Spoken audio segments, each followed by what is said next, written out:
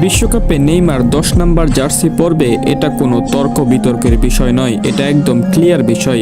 এমন একটা মন্তব্য করেছেন ভিনিসিয়াস জুনিয়র। অর্থাৎ ভিনিসিয়াস জুনিয়রের সোজা কথা, নেইমার 10 নম্বর জার্সি পরবে, এটা কনফার্ম।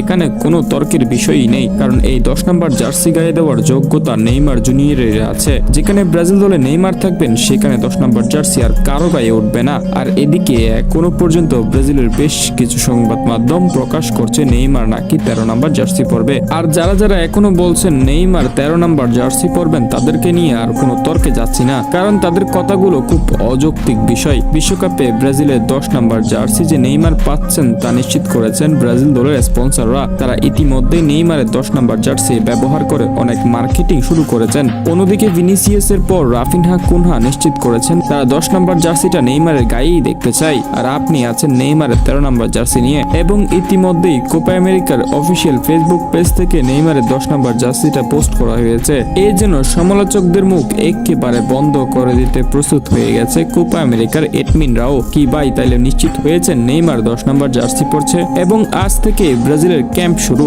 এবং ইতিমধ্যে বহুদূর বার্সেলোনা শহর থেকে ছুটে এসে ব্রাজিলে উপস্থিত হয়েছেন রাফিনহা। কার্লো আনচেলত্তির অধীনে থেকে আজ দলে ডাক পাওয়া ব্রাজিলিয়ান তারকারা ক্যাম্পে নামবে। তাদের প্রত্যেকের মেডিকেল টেস্ট করা হবে। ট্রেনিং গ্রাউন্ডে দেখা যাবে রাফিনহা, নেইমার, ভিনিসিয়াস জুনিয়রদের এবং তাদের আগামী প্রতিপক্ষ পানামা। সেই ম্যাচের জন্য কঠোর প্রস্তুতি নিতে কার্লো আনচেলত্তিও প্রস্তুত আছে পুরো ব্রাজিল টিম নিয়ে।